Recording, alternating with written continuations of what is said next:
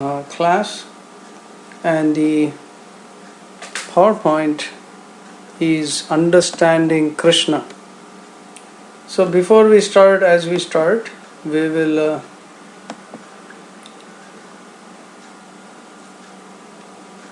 just start with the prayers. Om Ajnanatimmirandhasya Jnananjana Shalakaya Chakshurunmilitam Yena Tasmai Shri Gurave Namaha. Shri Chaitanya Manobhishtam Sthapitam Yena Bhutale Swayam Rupaha Kadamahyam Dadati Swapadantikam Vandeham Shri Guru Shri Yuta Padakamalam Shri Gurunna Vaishnavamscha Shri Rupam Sagrajatam Sahagana Raghunathanvitam Tam Sajivam Sadvaitam Savadutam Parijana Sahitam Krishna Chaitanya Devam Shri Radha Krishna Padan Sahagana Lalita Shri Vishakhan Vitamscha He Krishna Karuna Sindhu Dina Bandhu Jagatpade Gopesha Gopika Kanta Radha Kanta Namostute Tapta Kanchana Gaurangi Radhe Vrindavaneshwari Vrishabhanusute Devi Pranamami Hari Priye Vancha Kalvatarubhyascha Kripa Sindubhya Evacha Patitanam Pavanebhyo Vaishnavebhyo Namo Namah Jai Shri Krishna Chaitanya Prabhu Nityananda Shri Advaita Gadadhara Srivasadi Gaura Bhakta Vrinda Hare Krishna Krishna Krishna Hare Hare Hare Rama Rama Rama Hare Hare Hare Krishna. And welcome to another scintillating class of Bhagavad Gita. It's not that I am scintillating, but this Bhagavad Gita is so thrilling, so special that as you know more about Krishna and as your relationship with Krishna deepens, you will feel so much more happy, comfortable in life. You will be ready to face any challenges. It is not that one studies Bhagavad Gita means challenges in life are over. No. In life, the challenges actually increase once you study the Bhagavad Gita, because here Krishna purifies you. We have to learn to get detached from this world, and that's a very difficult task, to be detached from this world. And to be detached from this world, yet work in this world without being attached, that's a very difficult task. To do that, one has to have attachment to something spiritual, and that's our goal of today, to understand whom to get attached to, who is that to whom we can get attached to, who is that Supreme Lord, Krishna. So if you open the PowerPoint for today's class, as I am also doing, it's a very interesting PowerPoint. I think this was made by some devotees already, and I'm just presenting it here. It's a very nice one, and I found the relevant ones. I'm putting it together. So, Krishna. So today's topic, last week, if you remember, we spoke about the 5 important topics of the Bhagavad Gita. They are Ishvara, the Supreme Lord, the Supreme Controller; Jiva, that is the Atman, that is the soul; Prakriti, the material world; Kala, time; and Karma. Karma means activity. So Ishvara, Jiva, Prakriti, Kala, Karma. So these are the 5 topics of the Bhagavad Gita. Now today our topic is Ishvara. Ishvara, who is the controller? To begin with, let's look at our daily life. We are controlled. Everybody agrees to that point. I have spoken on this or tried to present this Bhagavad Gita for almost 13 years now. And whomever I have spoken to, the first topic that we speak about is, are you controlled by somebody? So, the first answer is maybe, but in actuality we are all controlled. For example, days and nights control your activities, and that's true. Nobody can deny that fact, that days and nights control your activity and you are actually controlled. So, therefore, days and nights control you. Not just that, the seasons control you. Then, of course, for married people, the family controls you. And if not, you are born to some family, something controls you. In your office, your boss controls you. When you drive, the police controls you. And even everywhere, the laws of nature control you. So we are controlled and we are limited in our activities. And there are different levels of control exercised by different demigods. For example, air that we breathe. This air that we breathe is controlled by the demigod Vayu.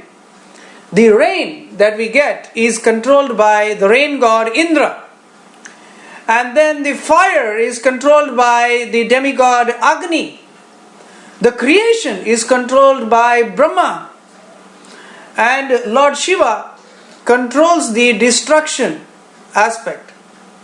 So every demigod controls some aspect. But Krishna actually controls everything. So Krishna is the controller of these controllers. Even Lord Vishnu. So there is some kind of discussion. Some people come up, oh, Lord Vishnu is the controller, not Krishna. So today we are going to discuss about this in detail. And we are going to discuss in detail about how Krishna is the controller and all the demigods, even including the Lord Vishnu, who is also his expansion, but he is also under the control of Krishna. So we will actually go through these points one by one. So let's go to the PowerPoint. Okay, and let's open up the first slide. So first slide, understanding Lord Krishna's personality. Krishna as the cause of all causes. So I will just read the first slide. Ishvara Parama Krishna Sachidananda Vigraha Anadiradir Govinda Sarva Karana Karanam. So it explains that Ishvara means controllers. Parama Krishna. So of all the controllers, Krishna is the Parama. Krishna is the supreme controller. Satchidananda Vigraha. What is he? Sat Chit Ananda Vigraha. His body is completely blissful. His body is not like mine and yours. His body is completely blissful. Sat means eternal. Chit means full of knowledge, and Ananda means full of bliss. So he is aware of everything everywhere, and he is in control of everything. Anadiradir Govinda. So he is Anadi. There is no end. He is the beginning, he is the end, he is in between, he is everything. Sarva Karana Karanam. He is the controller of everything, Sarva, of all the causes of control. He is the supreme controller. Then it says, Eka Shastram Devaki Putra Gitam, Eko Devo Devaki Putra Eva, Eko Mantrastasya Namani Yani, Karmapi Ekam Tasya Devasya Seva. Ekam Shastram Devaki Putra Gitam. So there is one Shastra, Devaki Putra Gitam, that is the Bhagavad Gita. So Devaki Putra, Krishna, his Shastra is this Bhagavad Gita. So let there be one Shastra. Eka Shastram Devaki Putra Geetam. Eko Devo Devaki Putra Eva. Let there be one God only. Who is that? Devaki Putra Eva. Eko Mantrastasya Namani Yani. Let there be one mantra. Karmapi Ekam Tasya Devasya Seva. And let us worship that one Supreme Lord, that is Krishna. Vasudeva Sutam Devam Kamsa Chanura Mardanam Devaki Paramanandam Krishnam Vande Jagadgurum. Shankaracharya, the Lord of the Acharya of the impersonalists, even he says Vasudeva Sutam Devam, to make it clear that it is none other than the Vasudeva Suta, that is Krishna, who is the son of Vasudeva. Kamsa Chanura Mardanam, who killed Kamsa and Chanura. Devaki Paramanandam, who gives Paramananda to Devaki. Krishnam Vande Jagadgurum. So whom do I worship? I worship that Krishna. So if you go to the second slide, there is that beautiful Krishna who is showing you the seed of all creation. So Krishna is the seed of all creation. Krishna is the controller of all creation. Krishna is the supreme cause of all creation, maintenance and destruction. Not me telling it. I am just repeating what the Shastras have said, what the previous Acharyas have said, and what the Guru is saying. So I am a representative, I am a disciple of my Guru, and I am just repeating what my spiritual master has explained to me. So this spiritual understanding that Krishna is the supreme, Krishna is the controller, Krishna is the cause of all causes, Krishna is the creator, maintainer and destroyer. Brahma creates, but who gives him the raw materials for creation? Who keeps that creation hidden within him? Krishna. Vishnu maintains, but who is Vishnu? Vishnu is an expansion of Krishna. Lord Shiva destroys, but who gives Lord Shiva that power? That is Krishna. So, therefore, we see that all the three, the creation, maintenance and destruction, the behind this, all this or above this is Krishna, the supreme controller. So Krishna is the supreme controller. Krishna is the supreme controller. So this is the main first understanding of the Bhagavad Gita. Until we understand this point very, very clearly, it is very difficult to understand the Bhagavad Gita. It's very difficult. Why? Because if you don't understand, Krishna is a person. Now, in this slide, if you see, Krishna is holding up a beautiful seed there, and there is a plant, and Krishna is holding it up. If you've seen that picture, so every grass you see, every mountain you see, they are all looking like it's beyond your thought that where they are, how they are, how they are sitting there, what is sitting there. It's very difficult for us to understand. But if you really understand, they are all there. They are all there because Krishna has created them. This is the seed within everything. There is a very beautiful story. When I look at this seed, I remember a beautiful story. Once a Brahmana was seeing Narada, and he asked Narada, "Where are you going, Narada?" So Narada said, "I am going to meet Lord Vishnu." He said, "Okay, you are going to meet Lord Vishnu. Then ask him one thing, when am I going to get liberated?" So that Brahmana asks Narada to ask Lord Vishnu in Vaikuntha. So then when Narada is passing by, he sees one cobbler. So that cobbler asks, "Narada, where are you going?" So Narada says, "I am going to the spiritual world. I am actually going to see Lord Vishnu." So then that cobbler tells, "Oh, you are going to Vaikuntha to see Lord Vishnu? Okay, please ask, when am I going to get liberated?" So he says, "Okay, fine." And Narada says, "Okay, I will ask." And Narada goes to Lord Vishnu, and Lord Vishnu, he asks Lord Vishnu, "I met this Brahmana and this cobbler. Who is going to get liberated? Oh my Lord, my dear Lord Vishnu, who is going to get liberated?" So Lord Vishnu says, "Oh, that cobbler is going to get liberated."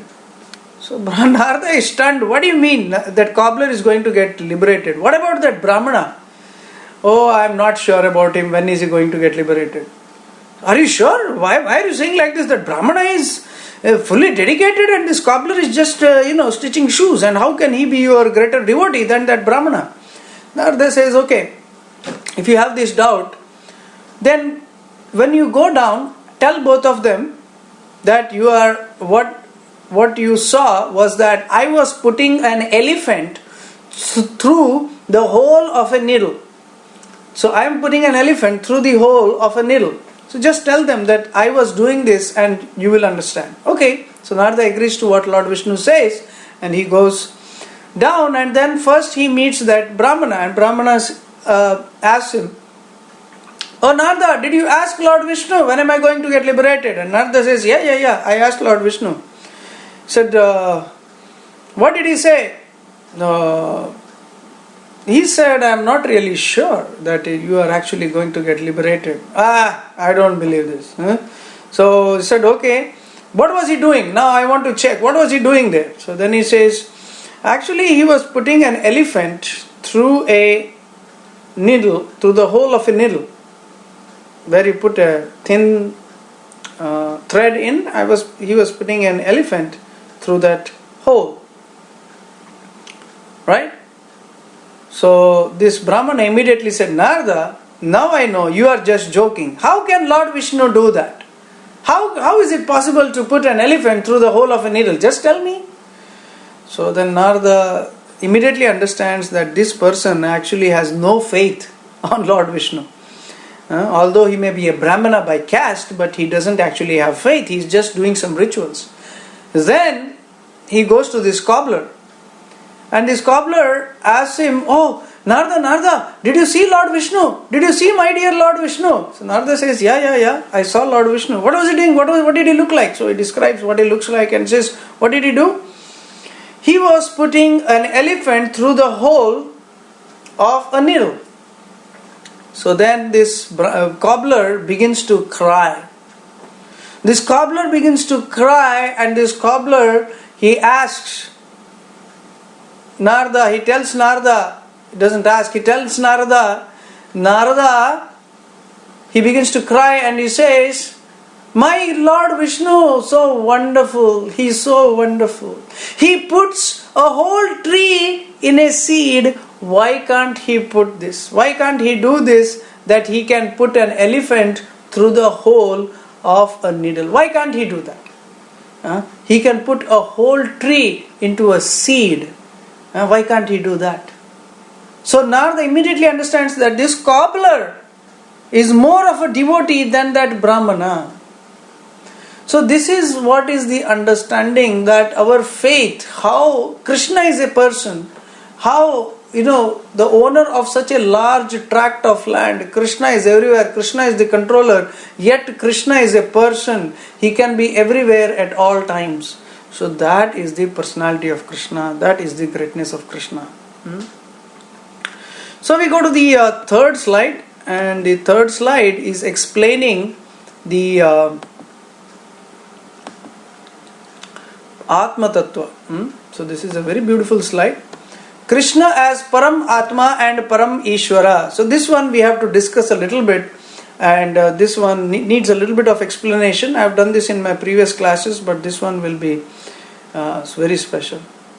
It says, Vadanti tat tattva vidas tattvam yajnanam advayam brahmeti paramatmeti Bhagavan iti shabdyate. Vadanti tat tattva vidas tattvam yajnanam advayam brahmeti paramatmeti Bhagavan iti shabdyate. Vadanti, the scriptures say, what do they say? Tat tattva vidas tattvam yajnanam advayam. This non-dual knowledge, tattva means truth, absolute truth. It is understood in three different levels. The absolute truth is understood in three different levels. Brahmeti, Paramatmeti, Bhagavan iti shabdyate. So understanding Krishna in three different aspects. So if you go to slide 4, there is a picture. So there is a picture of Krishna standing in the middle, and then if you see from him there is an effulgence. Krishna is standing in the middle and there is a big effulgence. So do you see that effulgence? There is Krishna in the middle and there is a beautiful big effulgence around him. Now this effulgence is actually called Brahman. It's called Brahman. Now Krishna has this effulgence because his body is Sachidananda. He is infinite. You cannot even imagine. He is infinite. He is actually infinite. And this huge effulgence around him, that wonderful effulgence around him, this beautiful effulgence that you see. Now within this effulgence and beyond, there is all these Vaikuntha planets. Beyond this, actually, around him, this Vaikuntha, he is in Goloka Vrindavana planet, and around him are the different Vaikunthas. And because all these are non-different from Krishna, they are absolute in nature, it emanates a beautiful, beautiful effulgence. Now this effulgence, many yogis and jnanis, they meditate on this effulgence because they are not yet devotees of Krishna. And because they are not devotees of Krishna, they are meditating on this effulgence and they think that this effulgence is the absolute truth. They are not able to see Krishna who is behind this effulgence. And because they are not able to see Krishna who is behind this effulgence, they think absolute truth means it is effulgence, it is formless. That is the first level of understanding the Supreme Lord, that this effulgence, this Brahman that you see, this formless Brahman, which is absolute in nature, which is the effulgence of Krishna. Now that effulgence is actually spiritual in nature. Alright, that is also absolute in nature. Therefore, this effulgence that is there, it is completely spiritual. It is also absolute truth, but it is the impersonal truth. It is just the effulgence of Krishna. Krishna is behind this effulgence. And who can see Krishna?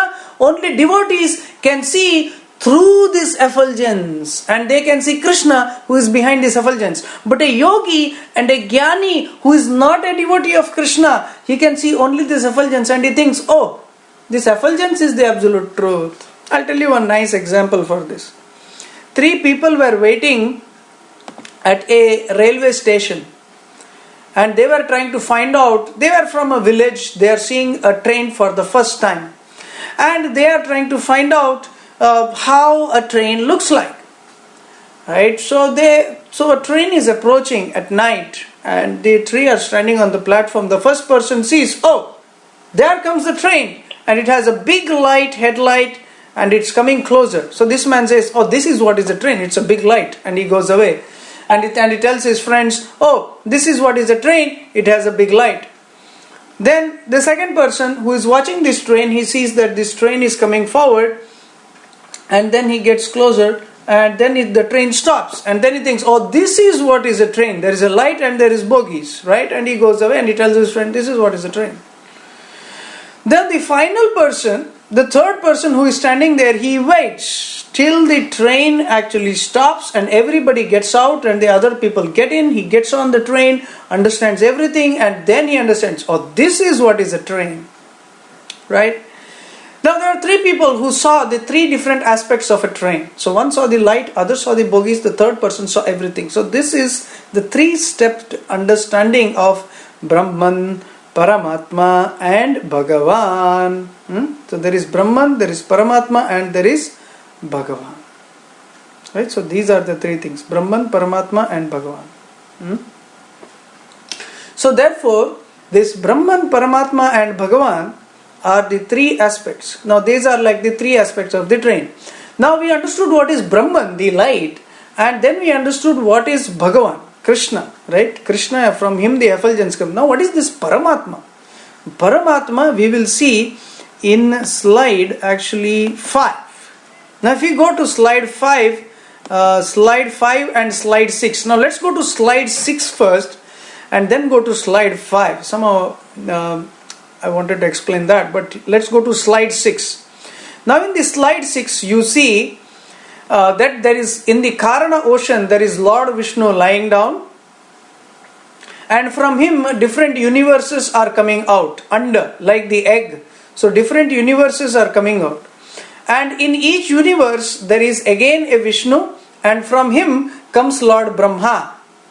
And then there is Lakshmi with each Vishnu in each universe. Now you can see there are so many universes like shaped like an egg, and there is Lord Vishnu from whom Brahma is coming, and there is Lakshmi Devi. Now who is this first Vishnu who lies down before the creation?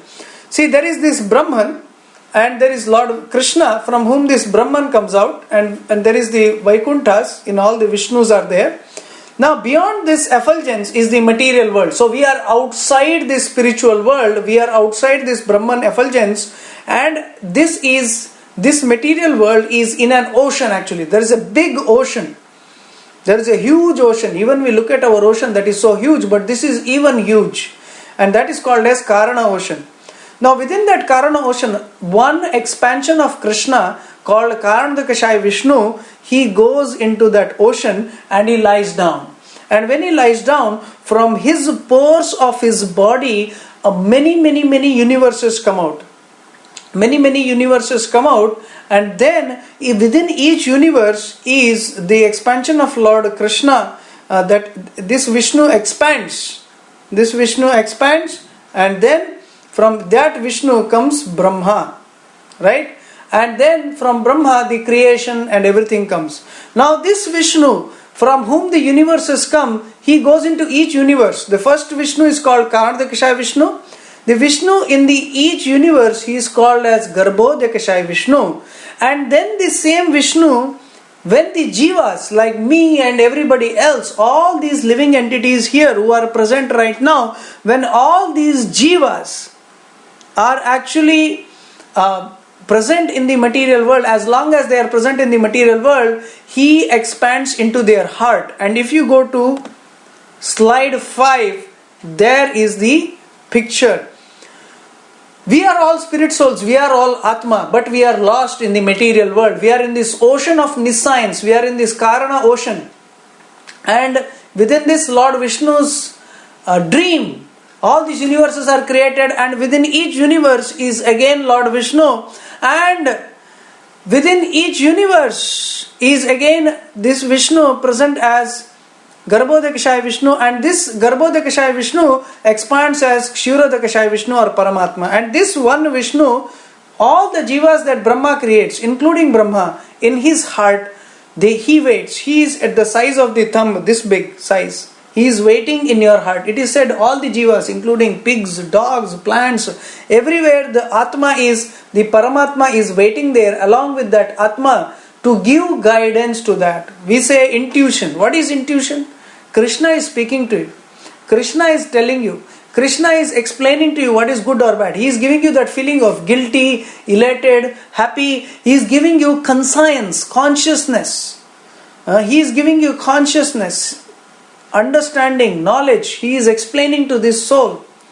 But this soul, because his mind, this soul is covered with this mind, he is disturbed. He cannot understand that Vishnu is standing right next to him as Param Atma. So we are Atma, he is Param Atma. He is one, but he expands into everybody. So you can see that in slide 5, how in every jiva he is present. So that is why the devotees, they pray to this Paramatma within the heart, because he is present in the hearts of everybody. But when we are mentally disturbed, our mind takes over, we are not able to listen to Paramatma. So that is why the goal of yoga is to make the mind peaceful, so that this Paramatma, we are able to listen to his whisper. We are able to listen to him. We are able to understand him within our heart. Right? So that is our goal. So there are 3 rupas of this Vishnu. So if you go to slide 7, Krishna as Supreme Vishnu Tattva and the origin of Vishnu Tattva. So this shloka actually explains the Supreme Lord, Krishna. So I will go through it. Vishnasto trini rupani purushakhyani atho viduhu ekam tu mahatasrashtra dvitiyam tu anda samstitam tritiyam sarvabhutastam tani jnatva vimuchyate This is the three Vishnus I explained. Vishnustu Trini Rupani. So there are three Vishnus. Purushakhyani Atho Viduhu Ekam Tu Mahata Srashtha. So Krishna is the source of all these Vishnus. And the Ekam, the first one, is the one who creates all these universes. The first Vishnu is lying down in the ocean. From his pores of his body, all the universes are coming out. Dvitiyam tu anda samsthitam. The second one is sitting in the anda, or each egg. Tritiyam sarva bhutastam. The third one is sitting in the hearts of each living entity. Paramatma. Tani jnatva vimuchyate. So if you understand these three Vishnus, Tani jnatva vimuchyate, you will be freed from all suffering. Tani jnatva vimuchyate. Vishnustu trini rupani purushakhyani atho viduhu ekahtu mahata srashta dvitiyam tu anda samsthitam tritiyam sarva bhutastam tani jnatva vimuchyate. If you understand these three Vishnus and that their source is Krishna, you are liberated. So this is the explanation given in the Shastras. So if you go to slide 8, so in the slide 8, understanding Lord Krishna's personality. So understanding Lord Krishna's personality, Krishna as the all attractive. Akarshana iti Krishna. So Krishna means Akarshana. Akarshayati, who actually attracts us by his beauty, by his activities. That Krishna, he is one who is wonderful. And therefore I have a beautiful picture there of the gopis with Krishna. Do you see that picture? It is so beautiful on slide 9. It's so beautiful. Krishna, the jewels are so beautiful. The jewels actually become beautiful because they are on Krishna. Krishna doesn't need jewels, but Krishna is so beautiful. All the gopis are looking at that beautiful Krishna. They are just enamored. They are just beautifully attracted to him. They forget he is God. When once gopis are playing with Krishna, Krishna comes as Mahavishnu, and the gopis offer prayers. Oh Mahavishnu, please give us Krishna. So they are not attracted to Mahavishnu. But when they see Krishna, oh Krishna, their hearts just break. The gopis are just waiting when Krishna is walking with his cows, walking with his gopabalas. He is walking to the forest with the cows and everything. He is waiting for them. The gopis are just, when they see Krishna walking, their hearts just melt like butter. So Krishna is very attractive. Krishna has 6 wonderful qualities. He is all powerful. He is all rich. He is all knowledgeable. He is all beautiful. He is all famous. And he is all renounced. Bhagavan means one who has opulences. He has these 6 wonderful qualities. So these 6 wonderful qualities are only in Bhagavan, and this completeness of all these 6 qualities is only in Krishna. All powerful, all rich, all knowledgeable, all fame, all renunciation. So there is powerful, there is richness, there is fame, there is knowledge, there is renunciation, and there is beauty. So all the 6. So Krishna is so wonderful that he has these 6 qualities in completeness. And because he is infinite, he is complete, he is all perfect. He is infinite, he has all these qualities, and he is the most merciful. So the living entities, for the living entities, he says, Suhridam sarva bhutanam jnatva mam shanti rachyati. He says, I am your best friend. I am your best friend. So who else? Even Chaitanya Mahaprabhu, when he comes down, Chaitanya Mahaprabhu is an incarnation of Krishna who came 500 years ago, and his color was golden, that of Srimati Radharani. And he says, 500 years ago he came and says, Ami bina bandhu ara kya che tumara. Who is more merciful? Who is your best friend?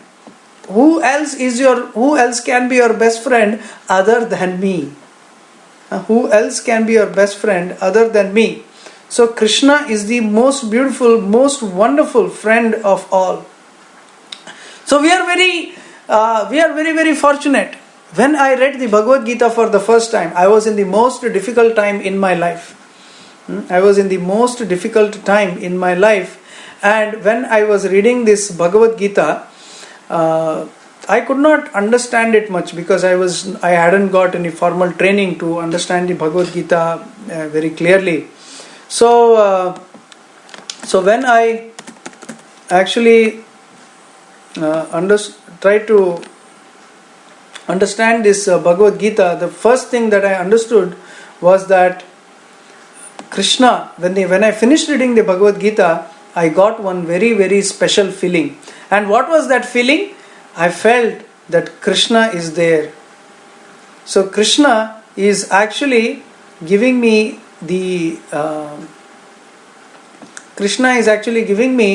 that special strength. Krishna is giving me that special strength by which to understand that He is waiting for me. He is my best friend. He is my best friend.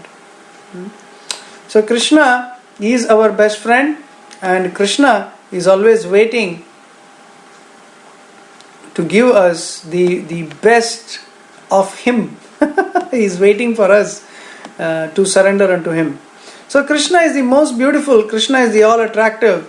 So if you go to slide 10, so understanding how Krishna operates. Now how is Krishna supreme? Like I said, He controls all the demigods. So here, Name vidusura gana prabhavam na maharshayah aham adirhi devana maharshinam cha sarvashaha.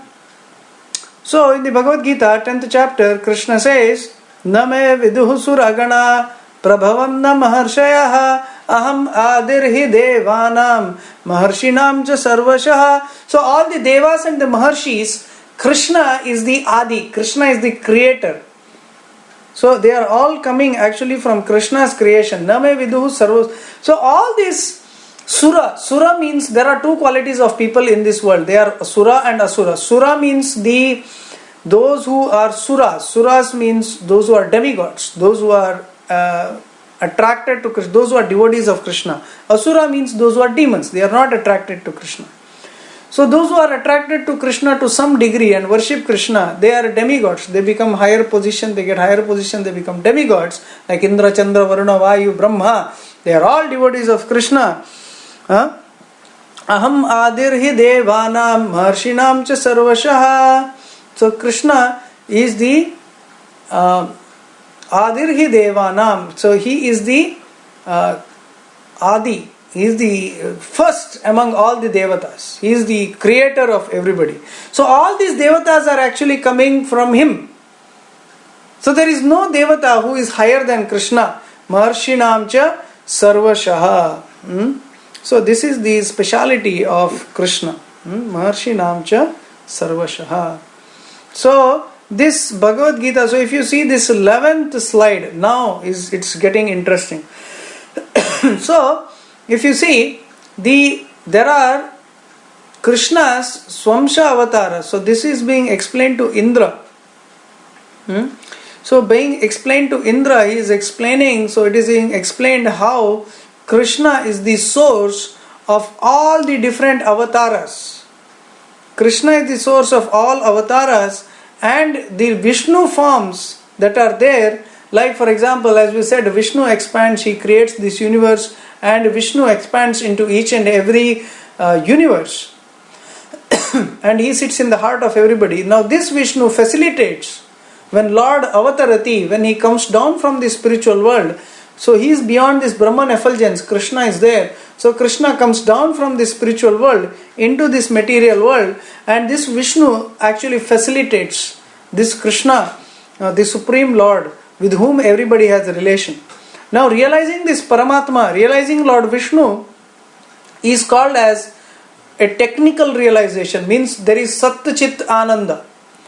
So, understanding the Brahman is the Sat realization. You understand Lord is eternal, Lord is beyond material creation. So Lord is beyond material creation and everything. Then there is Chit, the knowledge factor. When you realize this Paramatma, He is giving us knowledge. Lord Vishnu, He is giving us the knowledge. He is giving us bhakti towards Krishna. So this knowledge factor, this Paramatma realizing is called as Chit factor. And the third factor, Ananda, is the bhakti factor. So that is the real factor. The third factor to realize Krishna is Ananda. Means when you revive your relationship with Krishna, that is when you get the actual happiness. That is when you get the actual spiritual happiness, Ananda. So we see that all the different forms of Krishna are present here. And Lord Vishnu actually facilitates the different avatars to come down. And then also the Guna avatars, that is Brahma, then Shiva, then there are Amsha avatars, then there is Sakhyavesha avatar. Sakhyavesha means those who are empowered. So Srila Prabhupada is also a Satyavesha avatar, who is empowered incarnation. Right? So Krishna is the source of all the incarnations, all the different demigods, all the different controllers. So everybody has some power, some control, some strength. Everything actually comes from Krishna. So if you go to the next slide, slide 12. So we have 12, 13, 14 slides in total. So here he says, Krishna, Dva Suparna Sayujya Sakhyaha.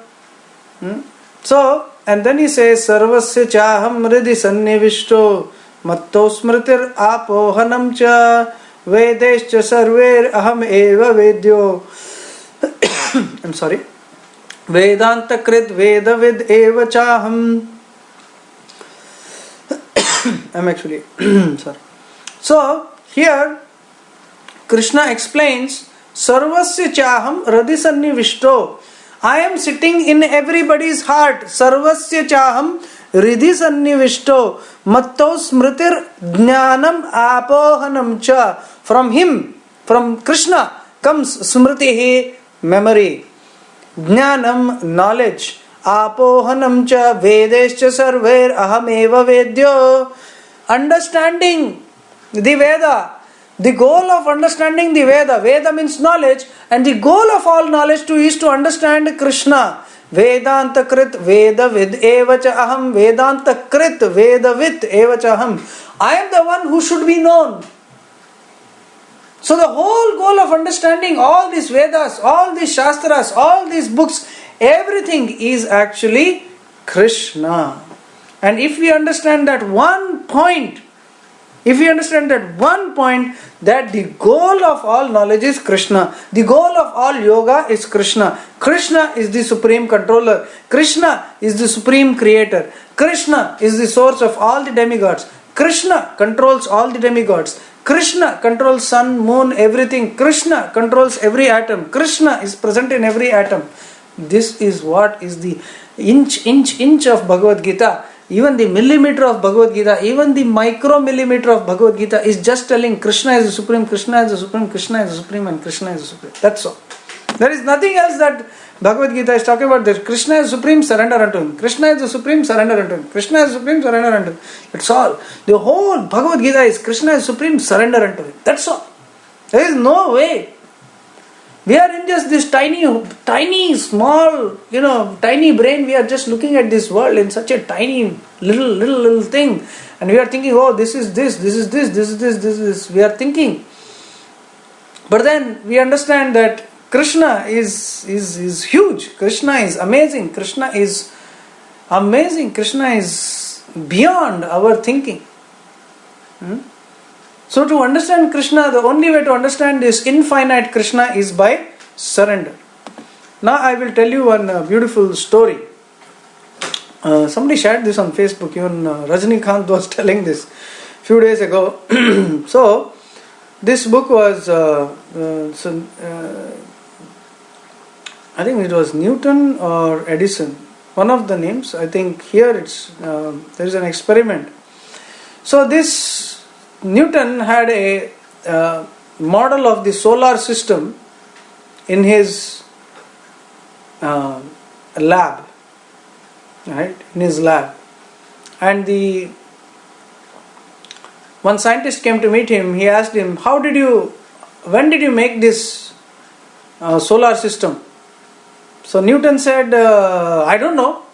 He said, what do you mean I don't know? You made the solar system. It is sitting in your lab. And what are you saying? I don't know. What are you saying? I don't know.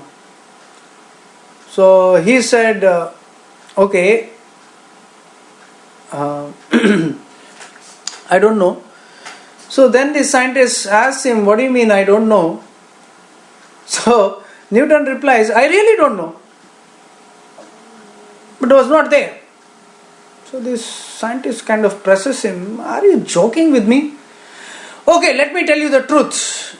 It was not there yesterday, and when I came, I just opened my door and there was a bang. There was a big bang. It was like, I didn't know where the sound came from, and the solar system came. The scientist started laughing. Ha ha ha. What are you saying? There was a big bang and this solar system came? And then he said, yeah, it actually came. So when the scientist laughed, then Newton explained to him, see, when you can explain that the whole universe is actually coming from this, and when you can say that, how about that this solar system could come from a bang? If you cannot believe that this solar system can come from a bang, this huge, beautiful, wonderful, perfect creation of this solar system can just come from a bang. So that time the scientist understood the folly of what this modern so-called theories. He actually understood that how foolish these scientists are, how foolishly they project this whole thing. So therefore, we have to understand that this science, this so-called modern science, has so many limitations. So therefore, the only way to understand this universe is to understand from this creator, that is Krishna. So in the Bhagavad Gita, in the 4.9, it explains the secrets in the last slide. Janma karma cha me divyam evam yo veti tatvatah tyaktva deham punarjanma naiti mameti so Arjuna. One who knows the transcendental nature of my appearance and activities does not, upon leaving the body, take his birth again in this material world, but attains my eternal abode, O Arjuna. So, one who understands Krishna's activities, birth and activities, because Krishna actually does not take birth. Krishna appears, and he appears in a way in which everybody thinks he is taking a birth, but he is actually appearing. Means he actually appears in the mind of Devaki. When Krishna is in the womb of Devaki, all the devatas come and worship Krishna. Means he is not born like you and me, but he is born from the mind of Devaki, from her tapasya. From actually her tapasya, Krishna is born. So that is the wonderful quality of Krishna, because he is not subjected to any material law. It is said when the king visits the prison, the king is not subjected to laws of the prison. King is just visiting the prison. So similarly, when Krishna is visiting this material world, he is not subjected to the laws of this material world. He is not subjected to the laws of this material world at all. That is the speciality of Krishna. So today, this is the whole understanding, that our takeaway from today's class is that basically one should understand Krishna's activities, one should worship Krishna, one should surrender unto Krishna, one should understand that Krishna is the controller, Krishna is the supreme Lord, Krishna is the supreme controller. So therefore one should always worship Krishna. So by worshipping Krishna, by surrendering unto Krishna, one becomes completely satisfied and completely happy. So therefore Ishvara, the supreme controller, is only Krishna. Last week one lady, Mataji, had asked me for a asked one beautiful question which I would like to answer in the end today. Let me just check. Yeah, it was Ambika Mataji. Is there a free will when you perform action? So if, how is it decided? So Krishna, when he creates this world, so very interesting question. So because we are talking about Krishna, everything is related to Krishna. So Ambika Mataji's question was, is there a free will when we perform actions? If so, how is it decided? So free will means, actually when Krishna gives us birth, there are certain things which are decided. For example, when I am born, my face, until of course you become like Michael Jackson, you decide to change completely. But otherwise, you are born with a certain karma. You are born with a certain height, certain wealth, certain, there is some certain plus or minus. And then after that, you are given this body and you are given certain circumstances. Now within those circumstances, you have a certain amount of freedom within those circumstances. For example, somebody is caught for robbery and is sent to jail. Now when he is sent to jail, he has certain people around him, right? So those factors are constant. But then how he behaves, how he wants to change materially or spiritually, that is up to him. How he uses his time. So similarly, if I give you a car, now say the car comes as a part of your karma. Now how well you use that car, a certain part is also comes out of that karma. But within that, to what extent you use or misuse that car is how it is decided, is up to you. So there are certain decisions, certain factors like spiritual life. Spiritual life, there is a tendency. Until and unless like there is a very big, that devotee has created some wonderful bhakti in his last life, like the rishis of Ramayana.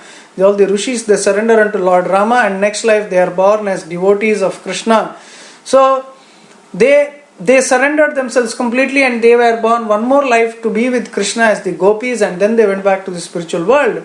So similarly, they surrendered their free will. So the whole goal of this material free will, when used materially, we have a certain limit. For example, a cow, when it is tied to a tree, it goes from one end of the tree to the other end, or to the extent the rope can pull. So that is a part of our karma.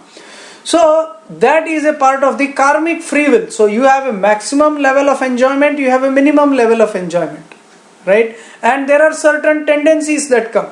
There are certain karmas that fructify in your life 50%, 60%, 70%, 100%. There are certain karmas which will happen 100%. For example, your marriage. If you are supposed to get married, you will get married. Some people are supposed to get married twice. Certain karmas you cannot avoid. But when he becomes situated spiritually, then his karma begins to diminish. All his karma begins to go.